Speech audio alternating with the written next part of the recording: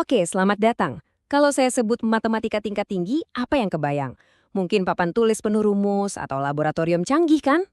Tapi, gimana kalau saya bilang alat paling krusial di bengkel mobil modern itu bukan kunci pas, tapi statistika? Kedengarannya aneh ya? Tapi hari ini kita bakal lihat gimana angka dan grafik ternyata lagi mengubah total cara kerja para mekanik. Oke, kita mulai dari sini. Jujur aja, kalau ngomongin bengkel, yang langsung muncul di kepala pasti oli, mesin, sama kunci pas di mana-mana. Bener kan? Tapi kenyataannya sekarang, dunia otomotif modern tuh udah jauh lebih rumit dari itu. Dan mungkin Anda juga bertanya-tanya, loh, emangnya kapan sih seorang mekanik butuh statistika? Maksudnya, tugas mereka kan benerin mobil, bukan jadi ahli matematika. Buat apa pusing-pusing sama angka? Nah, jawabannya ternyata jauh lebih sering dari yang kita semua bayangkan. Justru inilah yang bikin profesi mekanik sekarang jadi makin seru dan ya makin menantang juga. Oke, coba kita bedah sedikit ya. Anggap aja mobil Anda yang sekarang ini bukan cuma kendaraan, tapi semacam pabrik data yang berjalan.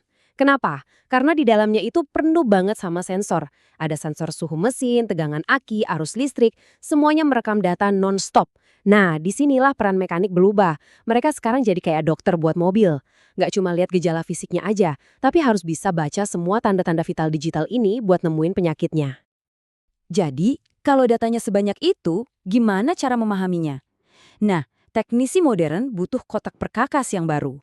Isinya bukan lagi cuma kunci Inggris atau obeng, tapi alat-alat analisis data. Oke, alat pertama namanya jangkauan kuartil. Dengar namanya emang kayak rumit ya, tapi tenang, konsepnya simpel kok. Alat ini tugasnya cuma buat ngecek. Data yang kita dapat itu konsisten atau enggak, stabil atau ibaratnya pelin-pelan. Contohnya nih, pas kita cek aki mobil. Tegangan yang keluar itu stabil atau malah naik turun seenaknya. Nah, alat ini yang bisa jawab. Lanjut, ada yang namanya diagram kotak atau box plot. Coba bayangin deh, Anda jadi teknisi yang super sibuk. Butuh info cepet kan? Nah, diagram ini tuh kayak rangkuman singkat dari semua data. Cuma dengan sekali lihat, Anda langsung tahu rentang nilainya dari mana ke mana, plus nilai tengahnya di mana. Bener-bener efisien buat diagnosis kilat. Terus ada lagi nih, namanya diagram pencar. Anggap aja ini alatnya para detektif data. Fungsinya buat nyari hubungan antara dua hal. Misalnya, kita curiga nih, apa bener ya performa aki ini makin lama makin turun? Nah, dengan diagram ini, kita bisa lihat polanya dengan jelas. Kelihatan banget trennya.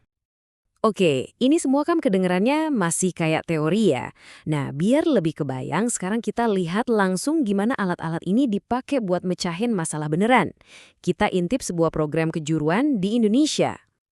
Coba perhatikan deh tabel ini. Keren banget kan cara mereka nyambungin antara skill matematika sama tugas di bengkel? Jadi para siswa ini nggak cuma belajar teori statistik yang abstrak di kelas, enggak, mereka langsung praktek. Data dari sensor mobil dianalisis, komponen elektronik diukur. Tujuannya biar bisa mendiagnosis masalah kelistrikan dengan akurat. Jadi ilmunya itu benar-benar kepake buat kerjaan mereka nanti. Oke, sekarang kita masuk ke tantangan utamanya. Ada satu mobil masuk dan pertanyaannya simpel tapi penting.